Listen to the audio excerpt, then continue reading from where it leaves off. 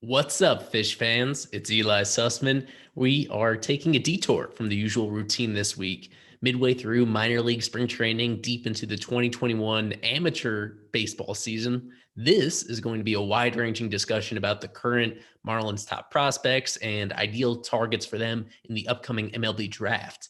My solo pods will be back next Monday, don't you worry. Just like those, this show is presented by Symbol, the stock market for sports. Enjoy. To it. Here we go, earning their stripes, the first ETS of 2021, I'm pretty sure. Uh, Convenient timing for this. It's a break from the major league team's performance that is all draining at us, looking instead down onto the farm and what the Miami Marlins have coming in their farm system. It's Eli Sussman here, managing editor at Fish Stripes. We are expecting to have a 4-man crew by the time this pod episode is through. For now, we're starting 3 deep with me, with Ethan Badowski. You've seen him all over the place. He's been on all of our streams and our pods and our writing. He's great here with us at Fish Stripes, and Spencer Morris as well, where you can catch all of his stuff on Fish Stripes, on the Crawfish Boxes. Remind me again, Spencer, about your blog as well, where you're covering prospects. Yes. I have a draft blog called Diamond Dreams, which is mostly just draft player profiles for the most part. Perfect. Yeah, I've seen a few of those, and it's always names that I've never heard of. And you're my first introduction to like all those various prospects a Yeah, I few mean months out. that's kind of what we're looking to provide. So I'm glad to hear that. Perfect. And Spencer has a game to go do. He's going to be doing some scouting, and Ian, when he comes along, Ian Smith, formerly of Fish Stripes, now with Prospects Live and with Prospects 365, he's going to be scouting a game as well. That we're recording this on Friday and probably publishing it on Monday to get started with a new week. As we are, by the time this posts, we're only about 3 weeks from the start of the minor league baseball season. We are going to be about 3 months from the amateur draft, and we're going to be a little bit further into this major league season. And depending on how these upcoming games against the Mets go, the Marlins may already be looking forward to who's next, may already be looking beyond this current season if things continue to slide the way they have. We're going to be in this episode going from the top down, pretty much from players that are already on the major league active roster who have ETAs of 2021, and we're already seeing in the show down to the fish tank, the alternate training site, some players there that a lot of whom we expect to see in the majors this year, or ones that are facing really a make or break year in their development as they get further into their mid 20s and trying to iron out their games. From there, players that didn't get to play any affiliated minor league baseball to this point because they signed in the midst of COVID through the draft and through internationally. And yeah, all the way to a look ahead at the 2021 MLB draft. That's going to be Spencer and Ian, especially helping us understand what's coming down the pipeline in that aspect, and how the Marlins are going to take advantage of that with less bonus pool money than usual in the draft as a product of actually being decent at the major league level. That's now catching up to them in terms of how they're going to acquire more talent moving forward. First up with the major league roster. I mean, it's been an eventful first week plus of in terms of seeing these guys make an impact on the major league team. They've been some of the only bright spots, honestly, where this has been sort of a major league season where some of the veterans have been letdowns. But the one, obviously, you've seen behind me, the guy that has kind of captivated everybody to a certain extent with his play and with his personality is Jazz Chisholm Jr. He is your primary second baseman on the Marlins right now.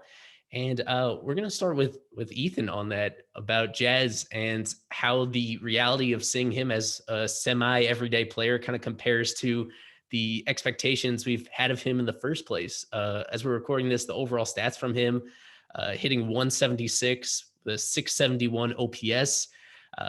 He's had a single, he's had a double, he's had a triple, he's had 2 stolen bases, and 6 strikeouts in 22 plate appearances. It's such a tiny sample, but what are our early takeaways about how he compares to who we thought he would be coming up through the system, and where he still needs to iron up his game?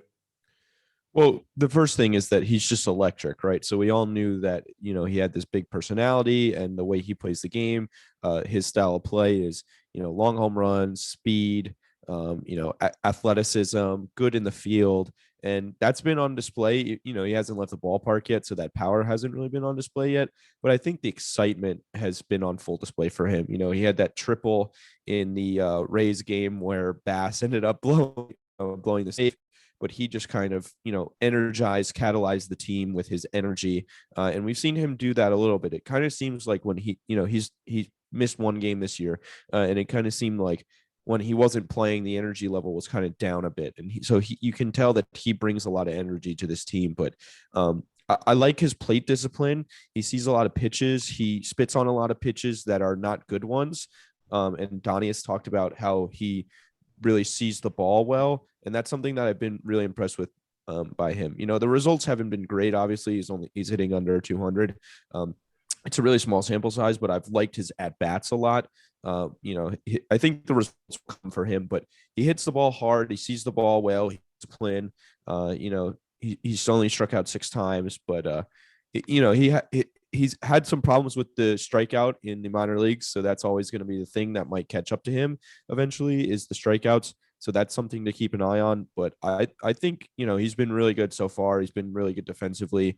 You would like to see more results, but the stolen bases, when he stole those 2 bases in a game and then came around to score, that was just a kind of energy. It showed that kind of energy and excitement that he brings. And it's really all about the charisma and the personality off the field as well. That is such a big part of who Jazz is as a player.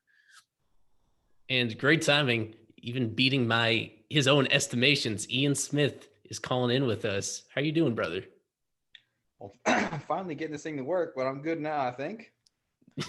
Yeah, I hear you just fine coming down from whatever you were doing with a tree, you said? Some type of tree job? I'm doing some side work today, so I had to do some tree jobs, some palm trees. So yeah, that's been my day. I would be on video here, but I had to hurry home and I had to miss without video today.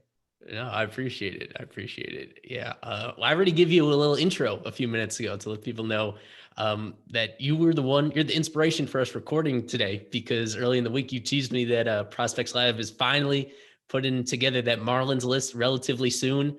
And by my count, you guys have done 25 of the 30 teams already, but not the Marlins, leaving them for the very end. Yeah, absolutely. The Marlins are one of the last few teams we're going to get done just because the system is so deep and so good at the top. So we wanted to really take our time and make sure our evaluations were set before we got to the Marlins. So that's we're going to go with the Giants next, and I believe the Marlins are the next team out. So within the next 2 weeks. For the next 2 weeks. I would say within the next week. I'm sure. Okay. I'm holding you to that. We've been really excited just because I've seen all the other lists, man, and they're about as thorough as anybody else's. Not just the number of players, but the number of details, like going into every tool of every top prospect, and even the intangibles too. It's been impressive. Fun ride. Yeah. So we were starting off right here. I think I already mentioned this in our messages that we're kind of going top down through the Marlins prospects in terms of guys, starting with the guys that are on the active roster already, and already impacting at the major league level. And then we're going to work our way to some of the other prospects that are now at the alternate training site in Jacksonville, going down to draft picks and international signings from the last year that we haven't seen in affiliated ball yet. And then a final brief look ahead to the upcoming draft class in July. So you beat my time expectations. So we had just gotten started. The first guy we were talking about was Jazz. And just so your thoughts on how his little bit of sample now in the majors and finally getting some regular starts at second base for the Marlins. And we've only seen, I think, now 6 games into this regular season. There've been some great moments. There've also been a few flaws exposed in his game, I guess. But overall, he's the guy that's on everybody's mind. And we know that he's going to get a long leash to really settle in at the major league level.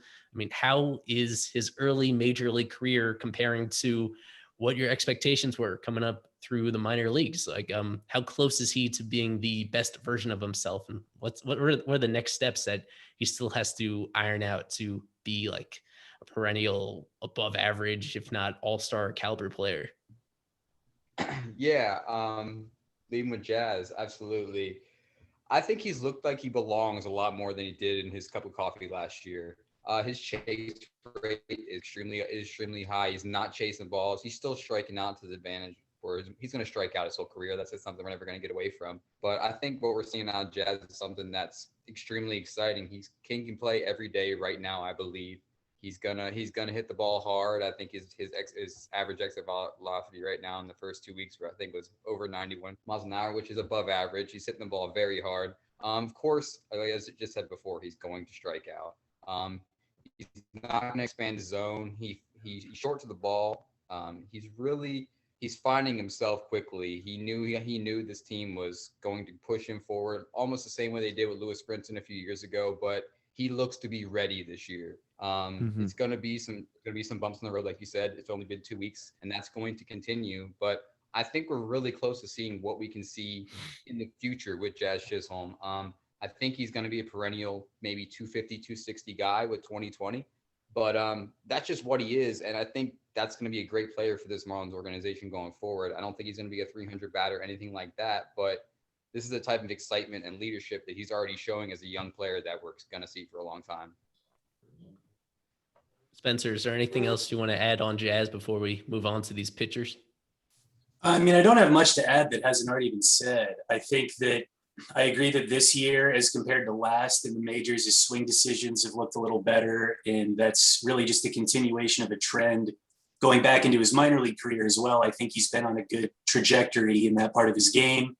It's impact speed, it's borderline impact power as well.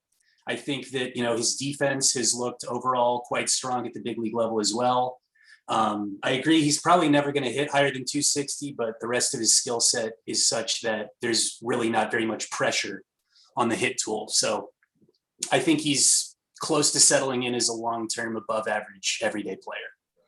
He looks comfortable. He like last year, he didn't look comfortable because there were so many spot starts. He was on, he was off, he was getting in pitch hit situations. But now that he's just locked in every day into the everyday lineup, he just looks like he knows he's supposed to be here. He won the job fair and square. He was the better guy in spring training, and now he's here, and he's just kind of more and more every day looks comfortable and looks like he's fitting right into this team, on the field and off the field. So I think that's the biggest thing that you've seen from Jazz, and it's a sign that he will be successful because he's just got to it's just got to start hitting, and he will eventually. So. Yeah, working with a much smaller sample size now. I mean, just as the day before we're recording this, Nick Neidert finally made his first major league start. Former Marlins minor league pitcher of the year. Honestly, was in early 2019. There was an opportunity for him to slide into the rotation if he was healthy, but he had a setback with that, a COVID setback in 2020. Still relatively young, just 24 years old. And in his first start in the majors, goes 4 1/3 innings, only charged with 1 run. It was an unearned run. An unusual outing, though, with all the walks that he was issuing, something that's very uncharacteristic of the guy that we saw coming through the minors. I think we all saw some of that outing, but I know Spencer was especially kind of interested in how he would do. So we'll start with Spencer on Neidert. And do we learn anything from his first outing in the majors against the Mets? He faced a relatively tough lineup, and at the end of the day, good from a run prevention standpoint. And it seems he'll have, at least for the foreseeable future, he'll have opportunities to keep starting in the majors. But what did you see in that first start, and what are we expecting from him realistically, at least for this year? I think overall, my takeaway from the start was quite positive. I thought that the stuff all looked to be, close to firing on all cylinders. Velocity was a little bit higher than where I've generally seen him in the past. I thought that early in the game, he really had just about everything working. And then more like the second time through the lineup, it's looked to me like he was starting to nibble a little bit, looking for, more chases on kind of junk pitches. And that's where he ran into issues with the walks. He's a guy I've been familiar with going back to before he was a Marlin. I've always seen him as being a guy who had the potential to have above average command consistently. And I don't see him as a guy who's going to walk a lot of batters like that consistently once he has a little more confidence in his stuff at the big league level. I think, the changeup is going to be the best weapon for him in terms of off speed. And the breaking balls are more to keep hitters off balance. I think, you look at the arsenal, it's a back of the rotation kind of stuff profile.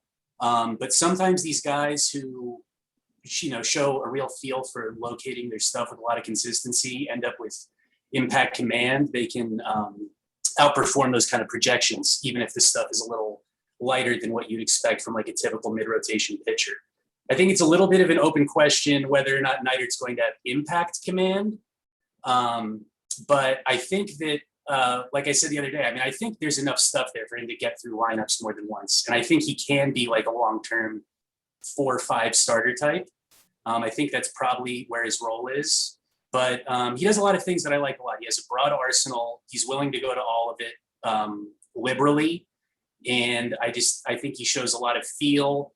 And if the velo can stay more in that low 90s range with some consistency, maybe the profile starts to look even a little bit better. Yeah, that's almost an understatement about using his arsenal. That very first inning against the Mets, you saw everything multiple times, the fastball, the slider, and the curve and the slider. You saw everything immediately. And maybe that was the guy that knew that he wasn't going to go 100 pitches. He knew that the leash is a little bit shorter when you're making your first start of the season. It was fun, though. It was fun to see a little bit of everything. And the curveball in particular is one project that he keeps mentioning it on his own as something that's the one piece that he didn't necessarily have trust in when he entered the organization originally. Now that's something that keeps getting a little bit better. And there were a couple nice ones, at least, in that first Mets outing for sure. Yeah, I'm a little split on the curveball just because it's so soft, and I'm always a little bit skeptical of pitches that are that low velocity. But a couple times he was able to spot it like on the corner for a called strike in that Mets game, and I think that's really where the utility for that pitch is for him. I liked his slider. I like the way he was throwing that slider backdoor to lefties. He got Conforto with it. I remember pretty vividly in the first inning with it. And that pitch was kind of looking pretty nasty. His changeup is what's really effective. And his fastball, there was one pitch in particular I saw that he rung somebody up with like 17 inches of break on the fastball. His RPMs are really high. He has impressive stuff and he can locate it well. I think he ran into some trouble, like Spencer said, when he started nibbling. And he had a similar problem to what I saw with Trevor Rogers last year, which is just facing more disciplined hitters and, throwing pitches that minor leaguers would swing at, but major leaguers aren't going to chase. And so that's why like Trevor wasn't a very high walk guy last year, but he walked a bunch of guys, he wasn't a very high walk guy in the minors, but he walked a bunch of guys last year. So you might see Neidert struggle with the walk a little bit as he gets used to the plate discipline, the improved plate discipline at the major league level. But his stuff is really nice. I've always kind of compared him to Hendricks. They have a very similar throwing motion, the way they kind of hide the ball, bring it up along their body and release. He has more velocity than Hendricks with his fastball. It's getting up towards 93 rather than sitting around 89, 90.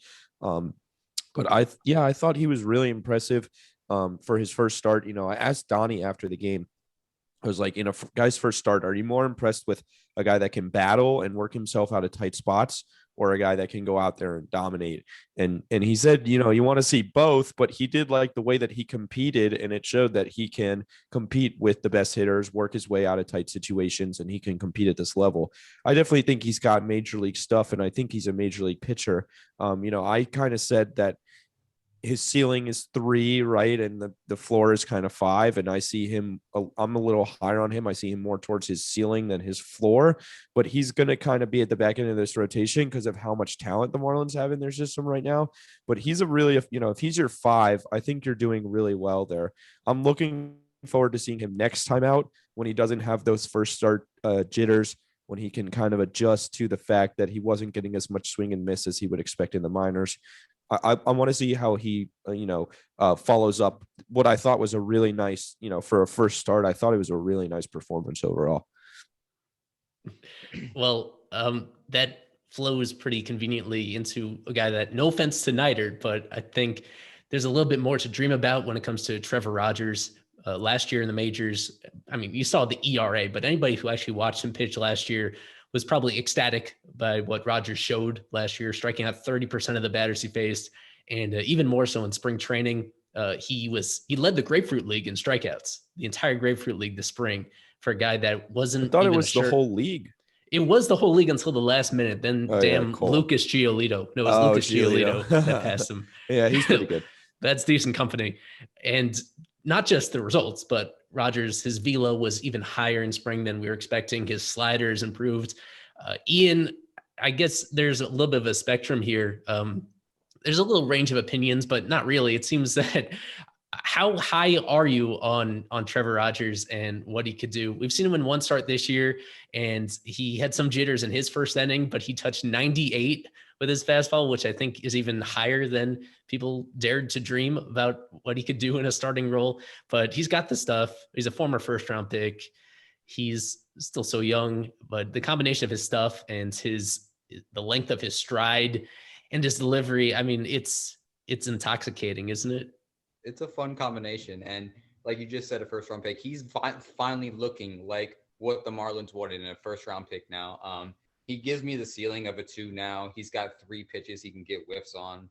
The fastball, slider, changeup are all butting above average pitches now. We were not expecting 98 last year, this year, really whenever. He shows the body. He has probably the most projectable body in the Marlins system. If you're really looking at everybody, he stands 6'5", 240. And there's just a lot more in the tank. He's just now becoming more physically mature than he really needs to be. I mean, he was very young when we drafted him. He came up, he had Tommy John. It took a long time for him to really build up and find himself and really find his body. And now he's growing into it. He's getting stronger. He can sit mid-90s long into outings. His stuff is good. He's been hit hard a little bit because he leaves some stuff over the middle of the plate. I just think that he's getting in his head too much.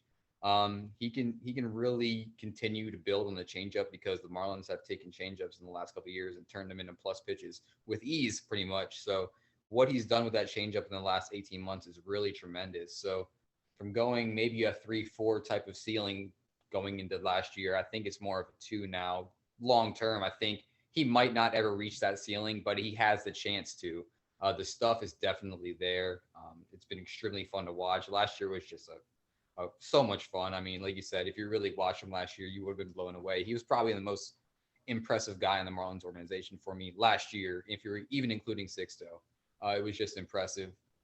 Going forward, I think even before he's drawing great sorry, I'm losing my words here a little bit, but great praise from throughout the industry. A buddy of mine, Ray Butler, wrote a great article earlier this offseason on him on being a budding star going forward. And it's just showing right now on the mound. It's going to be exciting to watch him pitch tomorrow, and it's just been fun.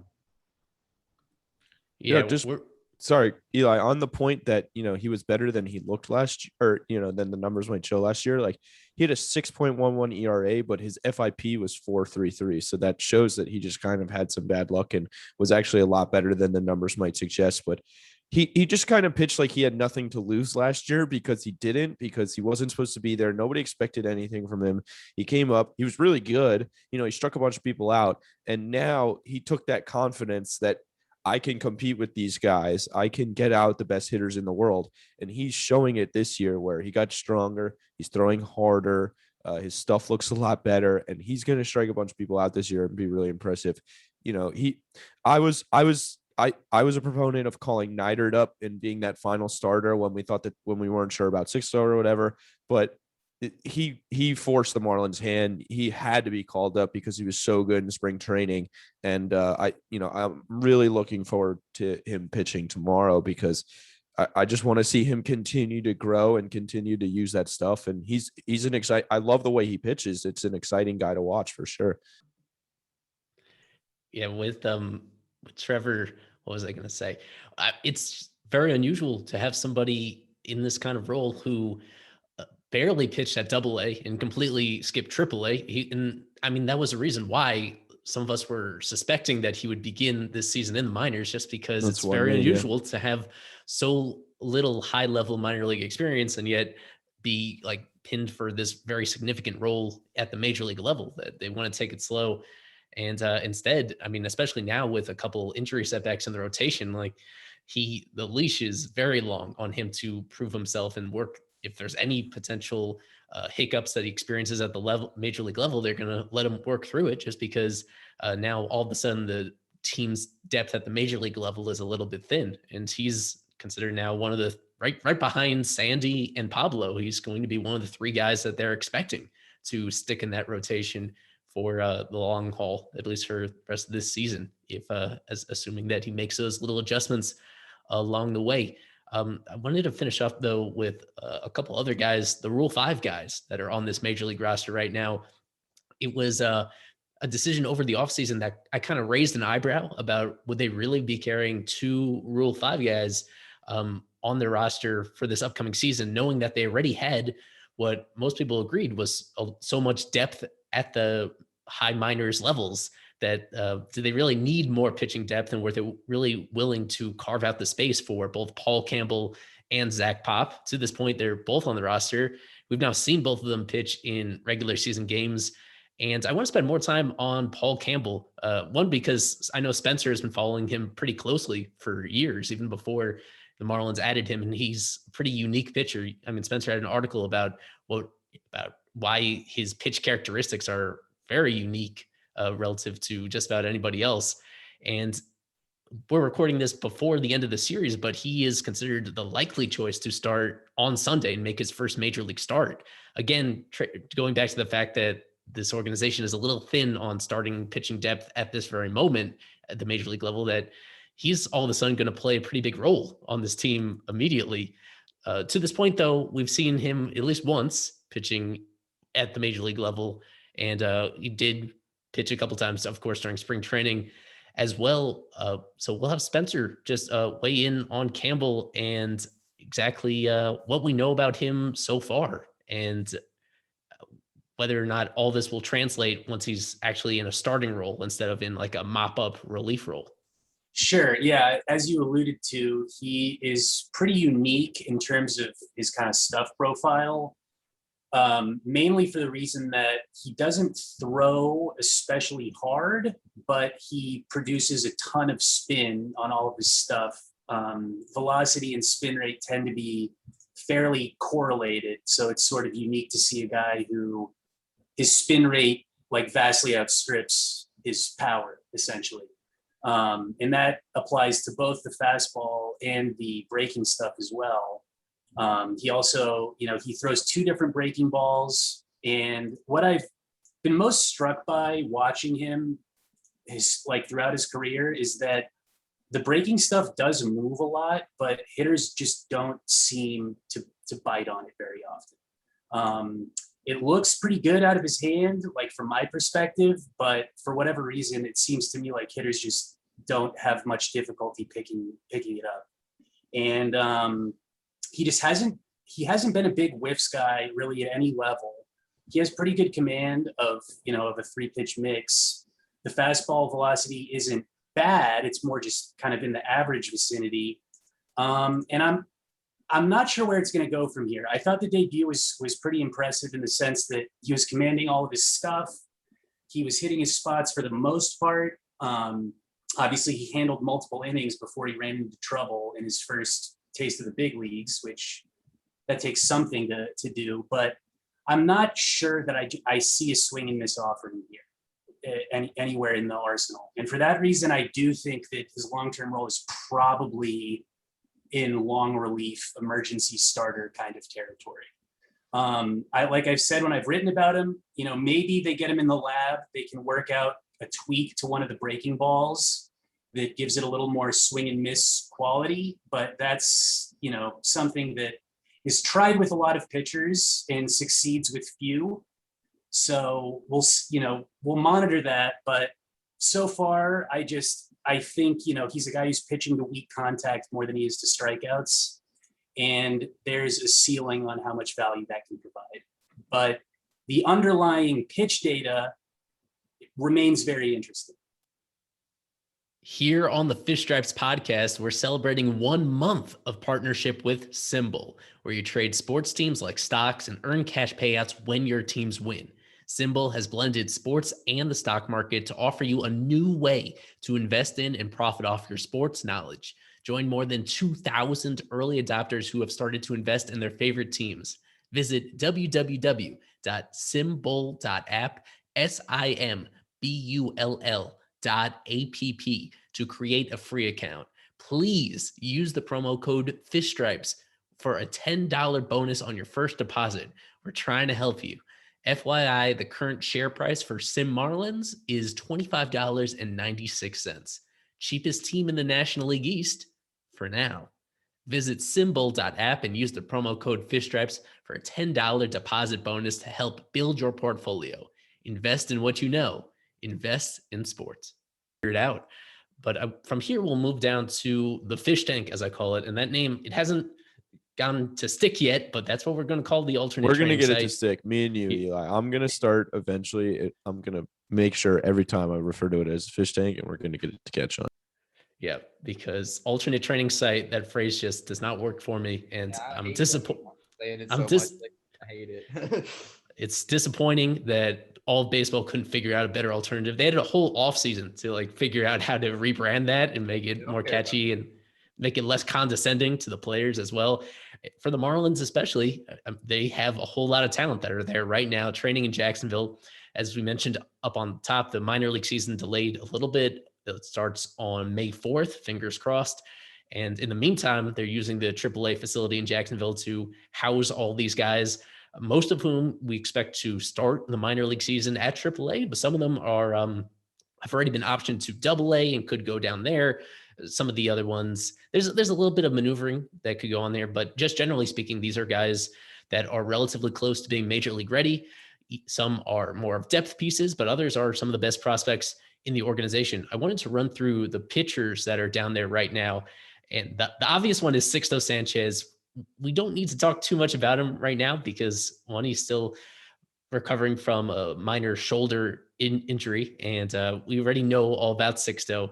I wanted to shift the attention to some of the other pitchers down there, just to read off the names: Anthony Bender, Daniel Castano, Jake Fishman, Braxton Garrett, Alexander Guillen, Jordan Holloway, Luis Madero, Sean Moramondo, Cody Poteet, Zach Thompson, and I believe it's been reported that Brandon Liebrandt is coming back to the organization as well, and he'll be reporting up to Jacksonville. I guess for Ethan, we'll go to you. You're not allowed to say Sixto. Out of any of those other pitchers that I just named, certainly, who are you just most intrigued to follow this year? Some of them likely candidates to be at the major league level for a portion of this, but just in terms of their general development, who are those guys? Any one of those pitchers that you is your guy for better or worse? There's two that stand out to me from that list that you just read off of in terms of the fact that they might actually have an impact at the big league level this year. And it's Anthony Bender, Fish Stripes favorite, and Jordan Holloway. I was done with Jordan Holloway the last time we were doing Earning Their Stripes because of just how abysmal some of his starts were. Just kind of letting things go. It seemed like he just couldn't locate. Too many walks, too many hits. You know, the stuff is certainly there, but it just seemed like it was just a lost cause. But I think he has a really effective role in the bullpen because I think we were talking about this on the stream yesterday, Eli. The Marlins need guys at the back end of the pen with nasty stuff. They need some gas and they need some good breaking stuff. And Holloway throws gas and he has good breaking stuff. We saw this slider that he was incorporating now that, was really, I thought, really nasty in that one appearance that he made. And I kind of wish he got a second one. Obviously, they didn't need him because he pitched 2 innings. He wasn't going to pitch the next day. So when Cooper came back, he was the easy option just to send back to the fish tank. But I just think that he can have an impact because his stuff is so good at the back end of the pen. And I think the Marlins need some of that electric stuff at the back end of the pen. There's just too many soft tossers right now in the bullpen. I like a lot of the weapons that they have, but if guys like Curtis or Simber or even, a Bass continue to struggle, then they're going to need somebody to come in and kind of breathe some life into the pen. And Holloway is one guy, and Bender is the other guy. And Bender Mania, took Marlins Twitter by storm this spring because he's got electric stuff, 98, good breaking stuff. I think he throws that nice slider. So, he looked pretty filthy. I don't think he allowed a run in spring training. And he's just another guy, like I said, that the Marlins need stuff at the back end of that pen. They need something that's going to light up the radar gun, that's going to get swing and miss, because they don't have a lot of swing and miss at the back end of the pen. And so far it's cost them. I mean, the 2 blown saves so far. The bullpen hasn't been great because they don't have a lot of swing and miss. So these 2 guys can bring some swing and miss to the bullpen. And I would love to see Bender as soon as possible, because Mattingly said during spring training that, they don't know where they got him from, basically, but he's got big league stuff, and he's got stuff that's going to play in the bigs.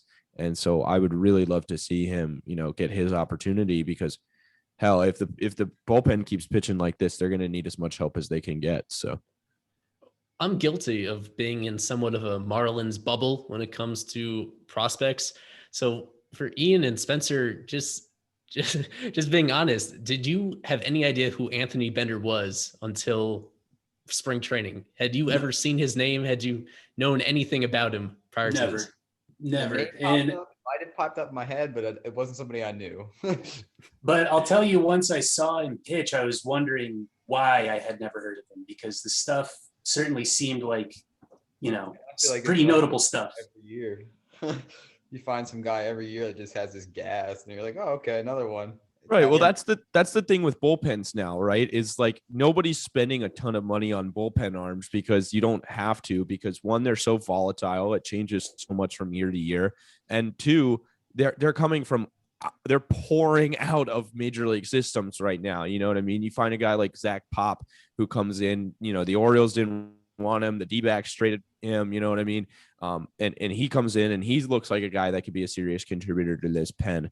Jordan Holloway, looked like a lost cause basically, and all of a sudden he's got stuff, that could play in the bullpen. So, and then you look at, the Blue Jays paid big money for Kirby Yates, and he's down to Tommy John, and some of these big money closers, never end up really working out. I mean, look at the Marlins and Heath Bell, last decade. So that's the thing with bullpens now, is they can become so internal, because it's just who throws hard and who can get swings and misses. And there's plenty of guys right now that can throw hard and get swings and misses, and the Marlins need them for sure. Yeah.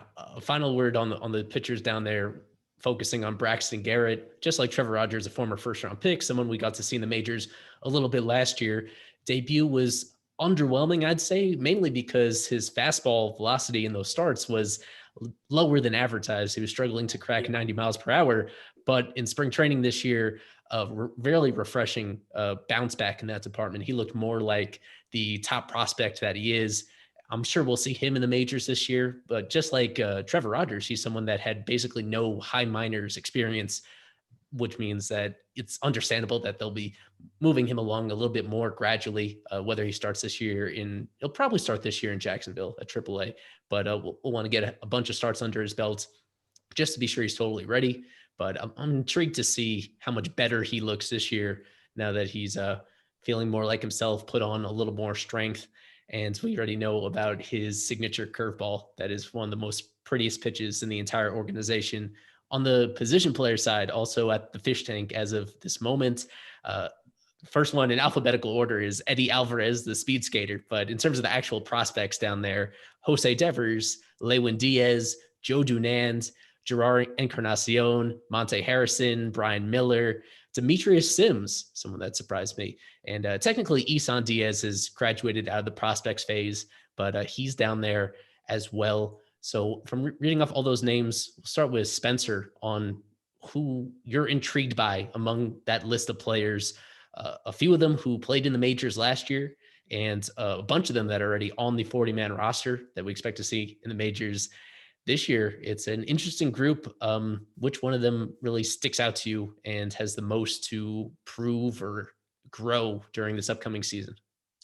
I mean, I think the standout name would have to be Encarnacion, just because of the power upside that he's already shown in the minor leagues. I mean, you're talking about a guy who has true impact power, doesn't need to hit a ball on the screws to hit it over the fence. We really just need to see how his hitting skills continue to progress. And if he's able to take another step forward in that kind of department, you're talking about a potential everyday corner outfielder. which is obviously, a highly coveted commodity. The Marlins have a lot of those types. They could end up with a surplus here before too long.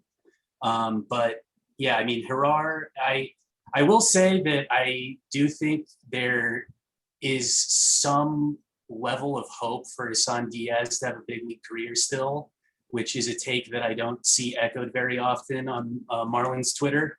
I think at this point, as far as Miami is concerned, he's not really anything more than a trade candidate. But I still think the organization would like to see him handle himself well at the training site and maybe rebuild a little of his stock. But as far as Miami going forward is concerned, I would be most focused on Encarnacion. You saw in spring training, they tried a little bit of an experimentation of him at first base with some mixed results. There were a couple fundamental plays that he hasn't quite learned yet, but just a small step in trying to develop some positional flexibility just to get him in the lineup somehow. Yeah, I kind of like that because they have so many corner outfielders, right? So we've talked about, I've talked about how the Marlins kind of need to lock down center field because I don't really think they have a center fielder close to the big leagues right now, but they do have a ton of corner outfielders in terms of Encarnacion, Blade, Burdick, Monte, some of these other guys that are really close to the bigs right now. So Encarnacion, it would be a nice option for him to go to first base, especially if the Marlins don't or Aguilar is, a 5 to 10 year solution. I feel like Encarnacion could be that more. I think he could, be serviceable at first base. For me with these guys, it's always Monte. I'm a huge Monte guy, and I think he can bring such an impact with his speed and defense that I just want to see him start hitting the ball. I liked his spring training. He was hitting the ball hard. He was putting the bat on the ball more. He was making more contact. So if he can do that, that's what we've all been asking from him is just hitting the ball, just putting the ball in play. He was doing that a lot more in spring training. It was a pretty small sample size, but so I'd like to see that from him, going into the AAA season this year. It's getting to be time. He's 25 years old, so it's getting to be time for him to kind of put it all together. And then I'm trying to think of who the other one down there was. Come back to me because there was one other guy on that list that, Isan is certainly intriguing because, yeah, I think there's still a big league career possibly in there, and maybe if it's even at second base if the Marlins want to, move Jazz to shortstop, but they're not moving on from Miggy Rowe anytime soon. So,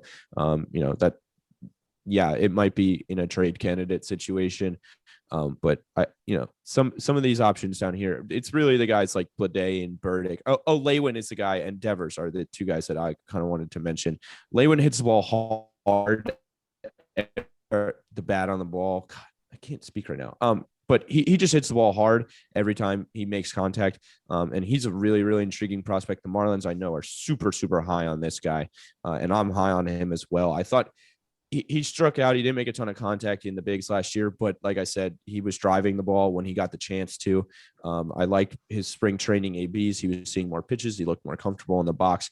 And then Devers is super intriguing because this is a kid that, just hits the ball. That's all he does. He had over 750 OPS at like 18 and 19 in like high A. And he just makes contact, and I saw his batting practice, and I saw him a little bit when I was there at the Marlins camp for spring training, and he makes hard contact for a littler guy.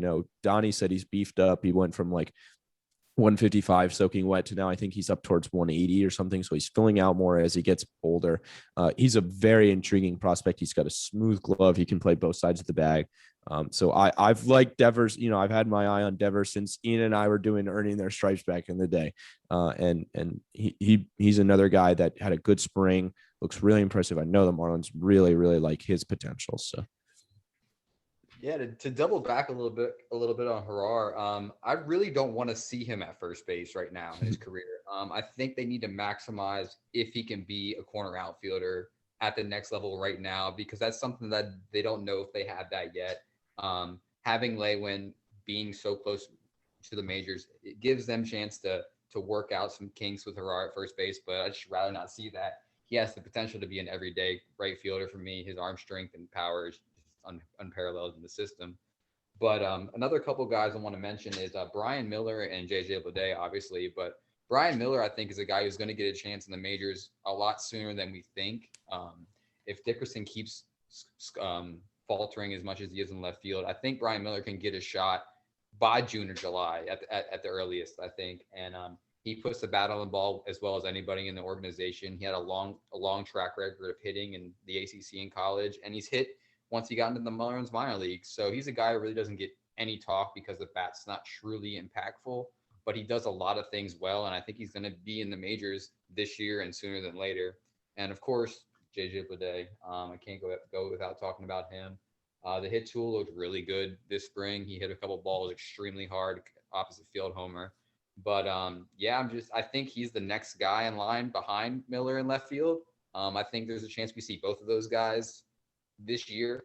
JJ probably closer to August, September, but it's an exciting time to have all these outfielders in the Marlins organization. I know you mentioned there's no center fielder close to the majors, and that's definitely true. There's some guys that are going to need some conditioning with Connor Scott and Meisner, but there's some potential there, and it's really exciting to see the talent that they have at the fish tank. Just one thing really quick on JJ. I was dumbfounded when I realized that out of all the players on the Marlins roster this spring that played in more than 15 spring training games, he had the third highest OPS. So he was really fantastic this spring. And Marlins fans have been, for a few years now, have been saying, when's our prospect going to come up that's going to light the world on fire the way that like some of these Acuñas and Tatises and, these guys are doing now, where they just come in and they hit right away. I think Bleday has the best chance to be that guy because he looks so polished at the plate. His ABs are so good. He puts the bat on the ball. He hits it hard. He did it in college. He did it against the best competition in the SEC. And his stats in his little minor league action that we saw, the year he got drafted, they weren't amazing, but they were good. And he started getting really hot towards the end of the year. He started hitting the ball a lot better. And then none of us have any idea of what he did at the alternate training site, except what we've heard from the Marlins brass, which is that they're super high on him and they were super impressed with him. So I can't wait to see him in minor league game action this year, because I think that you're looking at a guy that's going to start hitting. And yeah, Ian, I think he's got a good shot to be in the bigs. A lot of people are saying that we're going to see him this year. And his I wasn't sure before spring training, but his spring training to me said this kid can make an appearance this year for sure. And even speaking on his 2019 numbers being not the best numbers on the planet, first round picks, whatever, it doesn't even matter. That year of picks getting sent in a high A off the rip, that just doesn't happen. He got thrown into the fire from the jump and he showed up. The approach, like you mentioned, is just as good as it can get at that level. And it's just going to be fun to watch him develop. It's a really fun set of tools for Bleday. I'm wondering when you guys think we might see Bleday, because from my perspective, he was more or less ready for the major leagues out of the box in the draft. Like we've seen Andrew Vaughn, he's already in the majors from that same class. I thought that Bleday had a similar level of polish coming out, maybe not quite as much pure hit tool upside as Vaughn, but like Ian said, the approach is just so outstanding that I just really never felt like there was a ton for him to work on. The Marlins, they already have kind of this rotation at the corners in the majors where they're shuffling guys around and there's not really enough starts as it is. And we're only a week into the season, but some of those guys are struggling. I'd be looking at Bleday for June personally, if that doesn't turn around. Do you think that's a reasonable timeline? I mean, I think so. I think if he was in a different system right now, he'd be in the majors. Like, say if he was in the White Sox system, or if he was in Baltimore, there's a chance he'd be in the majors right now with as advanced as he is. If they don't go a different route where they start to use more guys, if they don't try to run starts for Brinson or run starts for Harrison, then I think we could see Bleday as early as June or July, because there's not much more he needs to prove, even in the little time we've seen him at the ATS or in the minors. Well, I think it all kind of depends on what you were talking about, Spencer, which is performance, right? So first of all, the Marlins have this log jam with these four guys, Dickerson, Duvall, Aguilar, and Cooper, right? And it's all about finding, which they're going to be in the lineup every day. Let's say they move on from one of them. Now that opens the spot for Blade to come into that mix. But that wouldn't happen until they know 100% that Blade is ready to go. I'm sure they want to see him in some AAA action. I think AA is where he'll probably start. I think they want to see him in some AA action before they say, let's bring this guy up to the majors. So let's say they move on from one of those guys. He jumps right in. Let's say Dickerson and Duvall, Dickerson looked better yesterday, but let's say he kind of struggles or Duvall continues to struggle. The Marlins said this year, in spring training that they're trying to win ball games.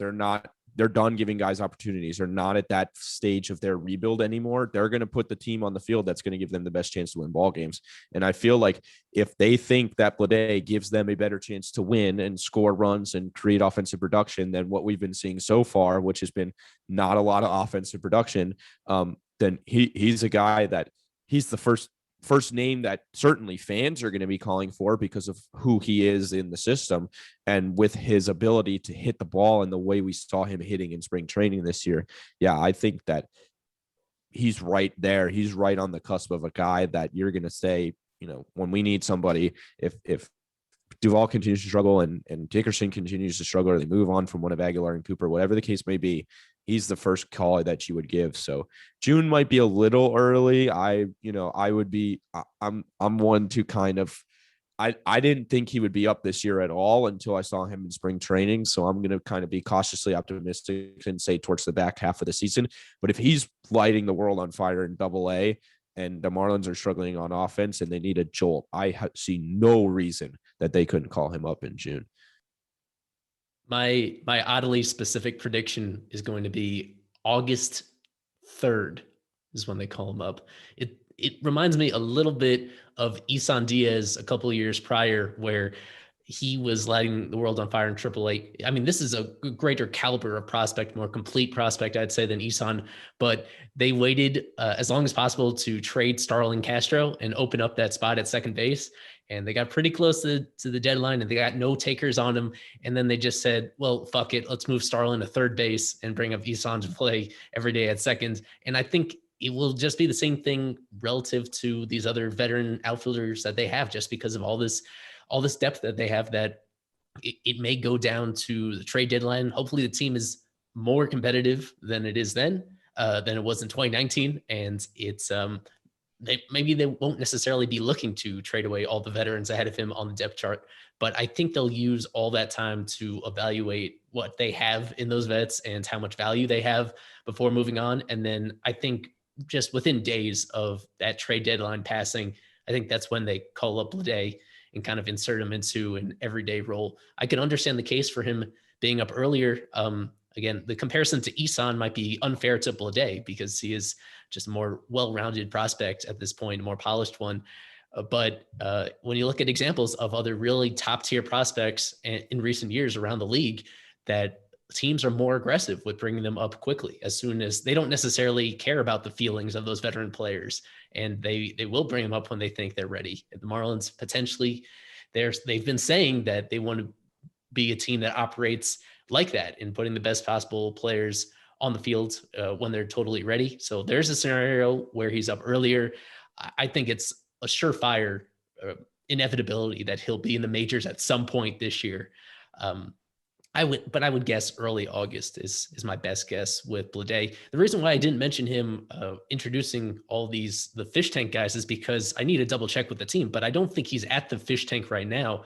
They may be putting him through minor league spring training, and an indication that he'll probably start the year at AA instead of at AAA. I'll go back and double check that, but I didn't see him on the roster at the fish tank at the moment. So that's why he didn't come up before.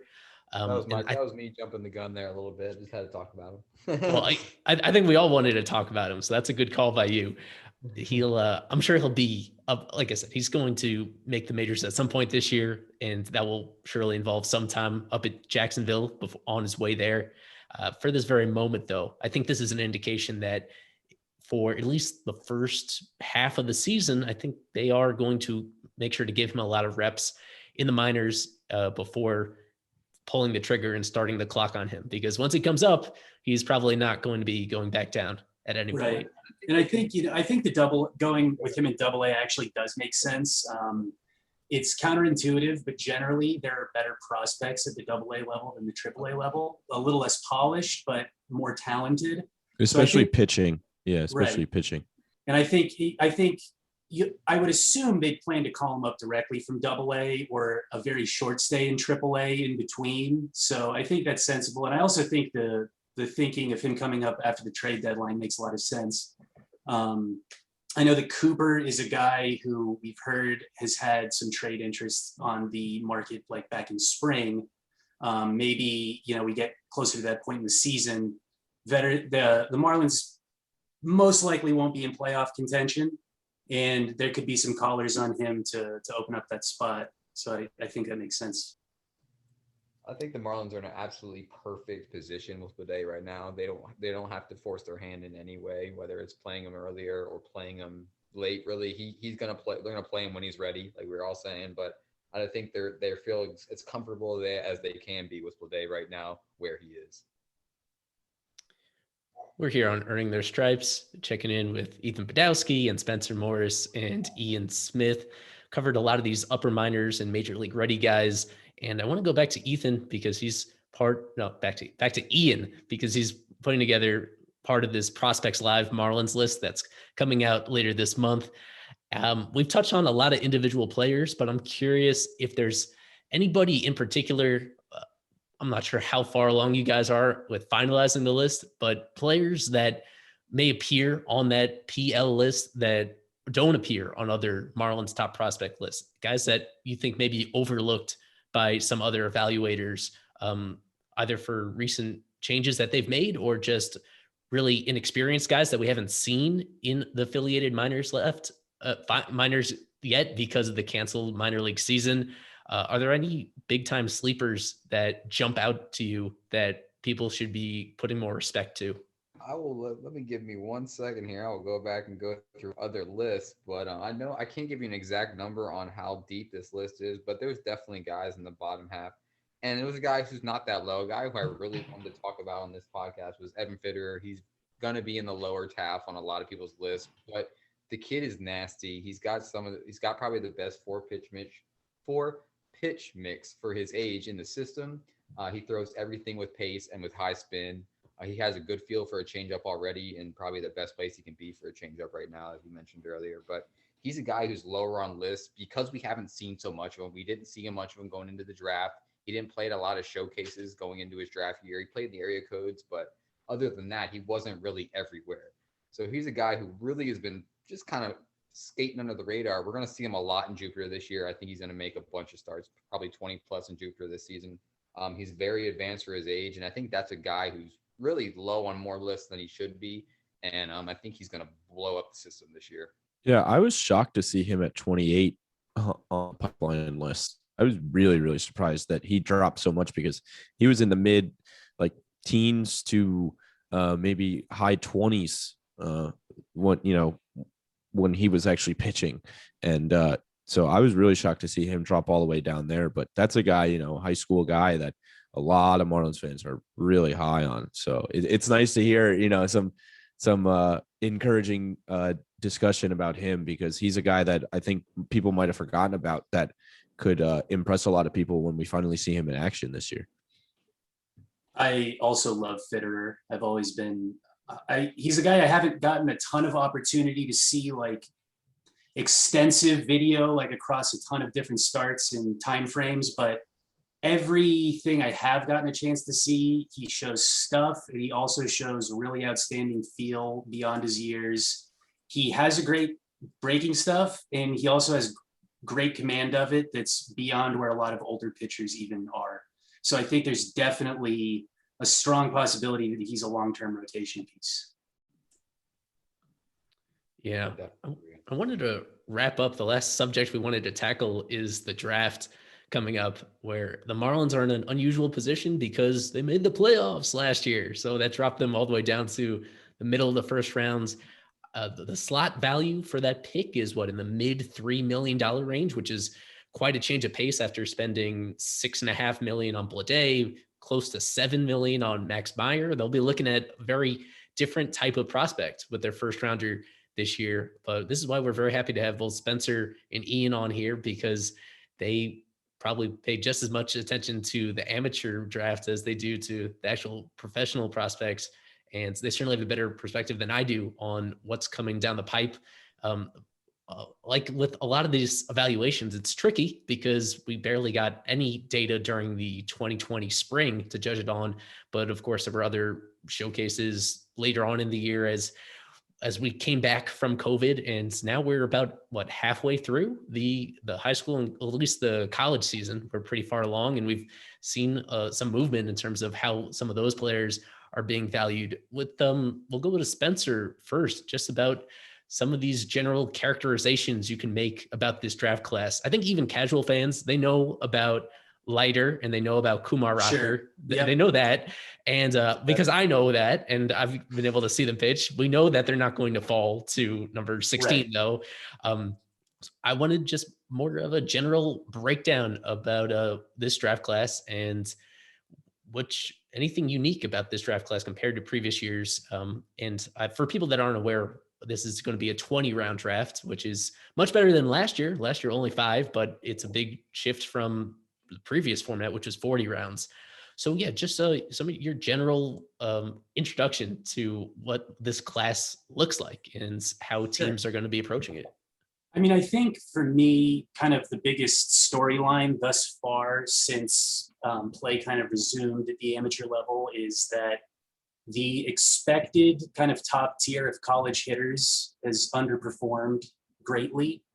There are some college bats who outperformed expectations and kind of moved up into those spots, but I think that the group of like first round caliber college bats has gotten smaller over the last few months. The story is kind of flipped as far as college pitching goes. I've been really impressed with a lot of different college pitchers that I've watched this year. I think that there's this chance you could see like double-digit college pitchers in the first round. I'm not going to make a firm prediction on that, but just based on kind of my general research so far, that's kind of the gut feeling that I get.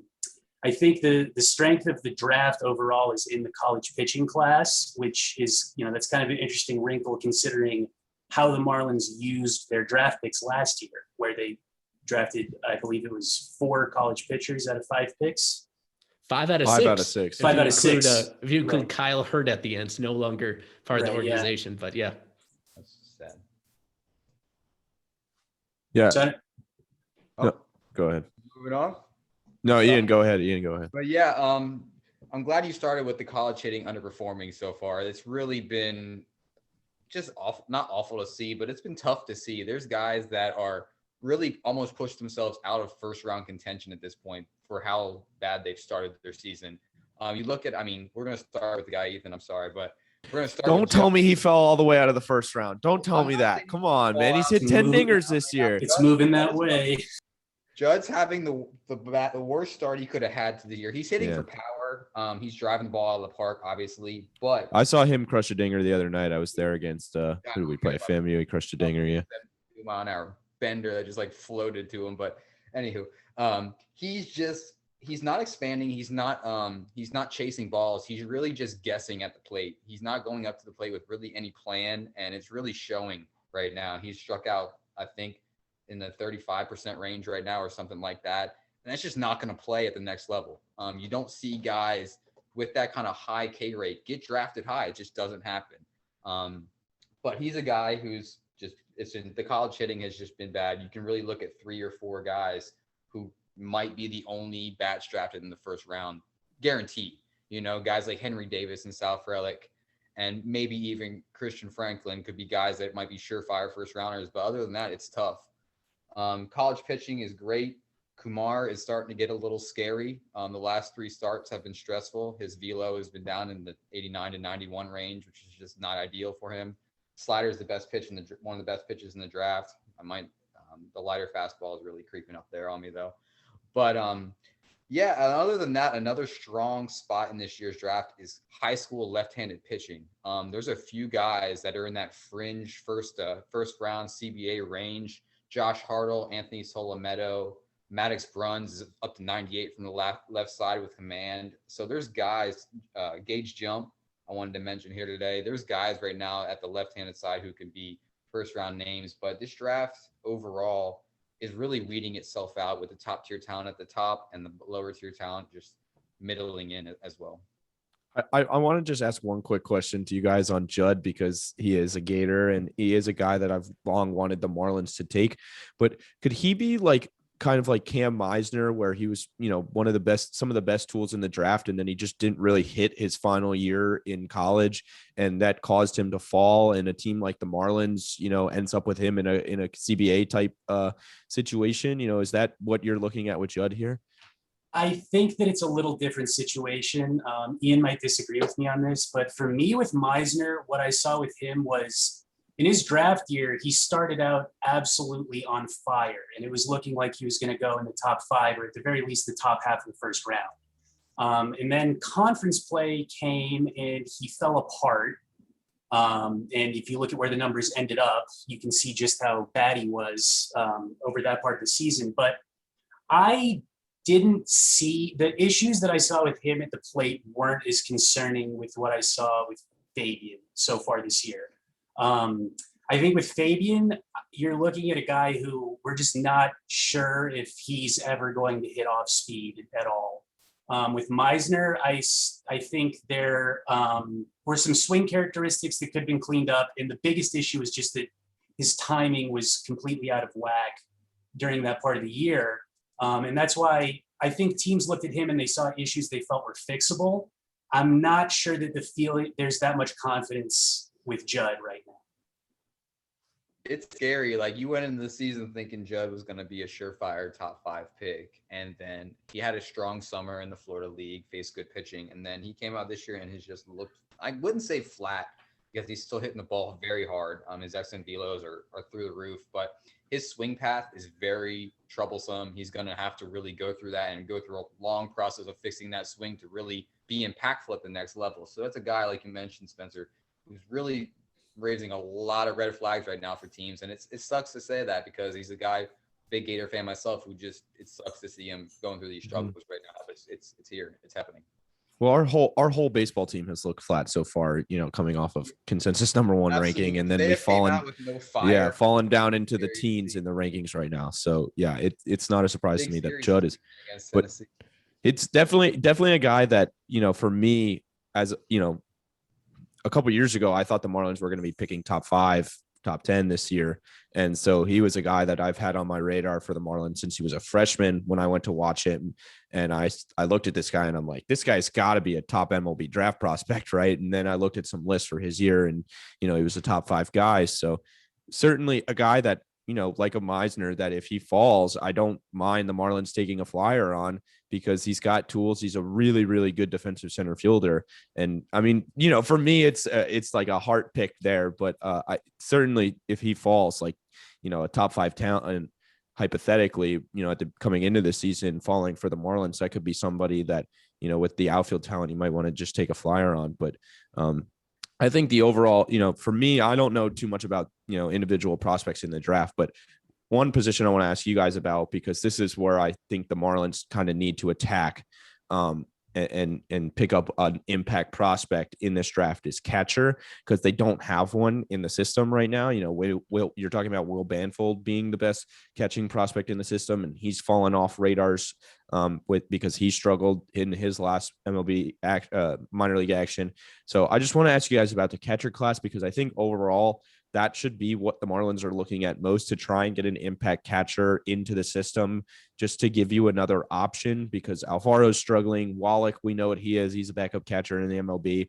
And then, other than that, it's trade options, and the Cubs wanted Burdick and the Marlins didn't want to give up Burdick for Contreras. So it's like, how do you find an impact catcher? And it's something that the Marlins really need. So for me, looking at this from a Marlins perspective, just a strategy perspective, you always want to, add pitching, because you can never have enough pitching. And then I'm sure they'll add big power college bats like they have the last few years. But What do you guys see at catcher that could be impact? I think Spencer, you said there's a good amount of catchers in this class. Yeah, I wrote an article before any of the college or prep anything had happened last year, taking kind of just like a broad view of this year's catcher class. For whatever reason, that tends to be where I start research a lot of the time on like a new year of players. And it's kind of interesting. There are a lot of catchers this year, but there are a lot of kind of different flavors that may or may not suit what the Marlins are looking for. I mean, at this point, Henry Davis, he's separated himself as the number one catcher in the class. He is mostly well-rounded. Like the receiving still needs to improve a little bit, but I think more or less everybody has him as a long-term catcher. He's hit the cover off the ball this year. He's got really nice power. The hit tool should be at least around average. So you're talking. I think he's almost at double-digit steals already this year, which is crazy to me. But anyway, right? Yeah, you want a nice cherry on top there. He can run a little bit too, and he's just having an all-around amazing season. I think he's tracking towards being a top 10 pick. I wouldn't be shocked to see him go in the top 5. Either way, I don't think the Marlins are going to get a chance at him. And then, as far as college is concerned, the next guy that you would talk about would be Del Castillo, but there's not nearly as solid of a consensus that he's a long-term catcher. And personally, for me, I want to see him a little bit more before I make like a firm call, but my gut feeling is that he's not. I think the receiving is kind of so-so at best, and the arm is not what I ideally want at catcher. I think the bat can play at other positions, but if you're looking for a catcher, first and foremost, I would probably look somewhere else than Del Castillo. And then as far as I think, we're talking about trying to get the Marlins a catcher in the near term somewhat. So I'm not sure a prep catcher in the first round accomplishes that because they have some of the longest development cycles of any kind of player and some of the highest bust rates as well. So if you're looking at a possibility for a guy who might be able to work himself into the mix at 16 from the college class, Luca Tresh at NC State has really had an outstanding year as well. He's a guy with about 5 minutes ago. Nice. There you go. He's been doing that a lot this year. He's got really nice power, and everybody seems to really like his leadership behind the plate. His defensive skills are very solid. Another guy you should pretty safely stick at catcher and could have some offensive impact as well. I haven't gotten to watch him as much as like Davis and Del Castillo, but I've been very intrigued by what I've seen out of him. Absolutely. I think Del Castillo is going to be a name who's going to be really loud for Marlins fans going into the draft, but that's a name who I would rather not see them take at 16. I think the bat is legit. He doesn't hit for true power, and he's 100% not going to catch long term. I do not see that. His flexibility, the arm is underwhelming, like you just said, Spencer. It's really tough to see him as a catcher long term. Again, I see Henry Davis top 7 pick overall. He's just that kind of dude. I picked him as my Golden Spikes preseason. He's really fun to watch. But at 16, I really don't see value on the board for Miami to go with a catcher. Prep catcher at 16, the only one I would really even think about would be Harry Ford, and that would be at a point to where maybe even move him out of catcher at that point. The bat is so good. And I do love Harry Ford though. Yeah, he's a freak, man. It's probably one of the funnest players I've seen, or one of the best players I've seen over the last year. He's just a freak. But yeah, I would love that bat at 16, but not as a catcher. At 31 though, a prep catcher could be an option. Somebody like Joe Mack. It's a West Coast bat. It's really loud. He can stick behind the plate. He's got a hose for an arm. And if that's not a route, they can maybe wait till maybe the 4th or 5th round for a guy who I thought was going to be drafted last year, and Michael Rothenberg out of Duke, to really polish. Going to be a senior bat this year coming out of the ACC. He hits, he walks, he hits for power. He's going to be closer to the major leagues than a lot of these college bats or college catchers. Like say a guy like Nathan Hickey, who's going to get drafted, but he's not going to catch long term. Wes Clark might get drafted, but he's also not a catcher long term. So it's tough to see that top tier talent at 31 or at 16 in the Marlins draft. A guy I really intrigued by in maybe round 3, possibly round 2, is a Florida commit, a kid out of Miami, Renee Lastras. He's got a freakish arm talent behind the plate. He hits for monster power. If you're not familiar with him, Ethan, you should just take some gainers of some of his clips. It's really fun to watch. He's catching Andy Painter and Irv Carter right now at his high school. So he's played with the top tier talent. He shows up at every event this summer. He's a really, really fun prospect who can be an impact bat or just an impact player on both sides of the ball. I think he can be available in that 3rd round range. And he's the guy I'm really monitoring. Actually, Hector just mocked him in his recent piece from Fish Stripes to the Marlins in the 3rd round. We talked about it before, and he's a piece I really, really like. So yeah, that's a few guys I like at the catcher position who could be available. So You said Hickey's coming out this year. Sorry. yeah, I believe Hickey's a 21. Yeah, he's a COVID 21. Okay. Yeah, he's a stud. He's a stud. Yeah, His numbers this year are ridiculous. To the next level, but he's going to be fun, man. Yeah, I saw him. I went to the Gator game the other night, and I think he went 4 for 5. Like, he's just a beast. He's been killing it all year long. Real quick before we move off catcher, Ian, do you give Hunter Goodman any real chance to catch in the pros? I give him a little bit chance to catch, but his bat is so scary. I was able to get a chance to look at his underlying data, and he chases literally everything. So if he's not seeing a fastball down the middle, he's going to strike out a bunch. But I think Goodman can catch. He's going to go in the 2nd round range, but that's a really risky bat for me to go that high. Yeah, I mean, he's probably a guy who is going to run into homers and not a lot else. He's very explosive, but kind of all over. He crushes the ball. It's stupid power. I think I'm seeing him in a couple weeks at UCF. He's a date I have on my calendar. So he's a guy I'm really interested in, but he just swing and miss too much, and that just scares me at the college level. These guys that like Kevin Parada, who's a true freshman, hitting for 413 in the ACC. So it's pretty crazy to see the catcher talent in the college right now. Yeah, as was brought up a couple of times by Ian right here, even if Marlins don't get they don't love all the options at number 16, they do have that very first round in comp round A, number 31 overall. 30, yeah. And so it's an interest. And then after that, in the 2nd round at number 52. So yeah, it's a year where they do their first 3 picks. I mean, there's the top tier talent in this draft is there. Like the names like Jack's probably going to be 1-1. I mean, it's really hard to not see him be that right now. But that middle tier talent is going to be where the value comes. I think the college bats might really show up as the season finishes. There's a guy, Alex Pinellas is a guy who can really insert himself back into the top tier of the 1st round if he has 2 weeks of hot hitting. He started off awful, but the bat's really loud and he can play 1st and 3rd. So that's another position where Miami can just luck into a college bat who's been polished for 3 years, had a shitty start to start the year, but ends the year hot and can find themselves in the middle of the 1st round, and Miami can get really lucky there. I think that Pinellas fits in with what you were saying earlier, Ethan, about Meisner. I think he goes more in that category, whereas he's had just kind of mechanical issues at the plate to start the year that should be fixed, and we've seen him with it all working in the past. So I have some faith that he's going to get back to where he was. If the Marlins were to get a chance at him, especially like after 16, I'd be 31. I'm signing that all day long. Yeah, I'd be very interested in that. Yeah. So who would be on your radar at 16?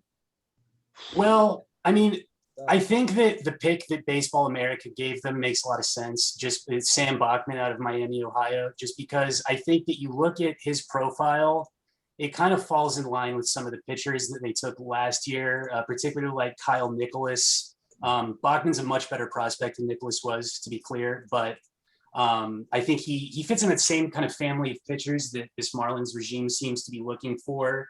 He has 3 pitches that are all really, really impressive. He's got a ton of power. He's an athletic guy. I think the mechanics will work. And if you can just get his command reined in a little bit, you could have a frontline starter there. And if not, then he's probably like an elite relief prospect or like a more volatile middle of the rotation arm who has some days where there's too many walks. Bachman at 16 would be fun. Yeah. I think, I would love to, if they had a chance to pick Jackson Jobe, that's another guy where like the talent is just off the charts. You look at like I remember reading a piece where DJ Spiegel said that they really value, like they want to get the best 1-2 punch in their pitchers that they can in terms of like the fastball, breaking ball, like just having as much octane as possible. And I think Exactly. if you're looking for a guy who exemplifies that in this class, Jackson Jobe is way up there. 3,000 RPMs on the breaking ball, a lot of velocity on the fastball. Another guy where you're not certain about the command yet, but you're getting so much to work with there. And to double down on that, well, first we'll start with Sam Bachman. I know for a fact he's already got top 10 grades on some teams' boards. He's touched 101 this year. The stuff is really, really, really good. He's playing in the MAC, so the conference isn't the best talent. The stuff, though, is really what you're looking at. The arm action is a bit wonky, so teams are going to really have to feel comfortable that they can draft that and be comfortable with him as a long-term player. But if we're talking about top-tier velocity with 2 pitches, a guy who hasn't even started his high school season this year, I believe they start next week, and that's Chase Petty. He's out of New Jersey, so their season starts like mid-April. And he's throwing 100 with a 90-mile-an-hour slider at 18 years old out of a sidearm slot, which is absolutely impossible to pick up. He's really starting to pick up a lot of his first round stuff is there. It's really loud. There's a lot of effort in his delivery, so the teams are going to really have to clean that up. But he's worked with a lot of top-tier talent this offseason and really cleaned things up. And I think he's sitting 98 to 100 right now at 18 years old in a 6'6" frame. And the Marlins are a team that are going to look past frame over stuff. When you're looking at Max Meyer, Sixto Sanchez, they're looking at the stuff. They know they can work with this talent no matter how big they are. So that's a guy I think can earn first round type of praise if as it comes out and has a really strong spring, which I think he's going to. The stuff is just really explosive. I was expecting to touch on the draft on this pod. I wasn't expecting to spend half of the pod on the draft, but this has been terrific. I can't cut any of it out because you touch on so many different guys that I'm excited for. Key dates for people. I mean, the draft is still 3 months away. It's July 11th to 13th, coinciding with the Major League All-Star break. So I'm sure we'll be recording pods between now and then once we have a better handle on exactly who these players are. And even much before then, minor league baseball season starts on May 4th. And we'll probably have another pod on that shortly before minor league opening day, once we actually see which Marlins prospects are assigned to which affiliates. The bottom line, though, is that at a time when the Marlins are off to a very slow start at the major league level, this stuff is going to be just as much a priority for us as it has been in previous years, because it's such a big piece of sustaining this team being competitive. And the past few years, it's been really encouraging to see how they've spent their resources on amateur players and doing clever trades in order to build this elite farm system in the first place. And now it's a very interesting hurdle that they face, trying to sustain that level of depth at different positions while still trying to find these great values at different spots. So yeah, excited to follow along with Eli Sussman. There's been Ethan Badowski, Spencer Morris, Ian Smith. Read all their great stuff either on Fish Stripes or elsewhere. It's going to be a lot of fun. And like I said, this is going to be where a lot of our attention is dedicated to this year if the Marlins do slip out of contention as the year goes on. You're getting this wherever you can get the rest of your Fish Stripes podcasts. And thanks again for listening, tuning in with us. As always, go fish.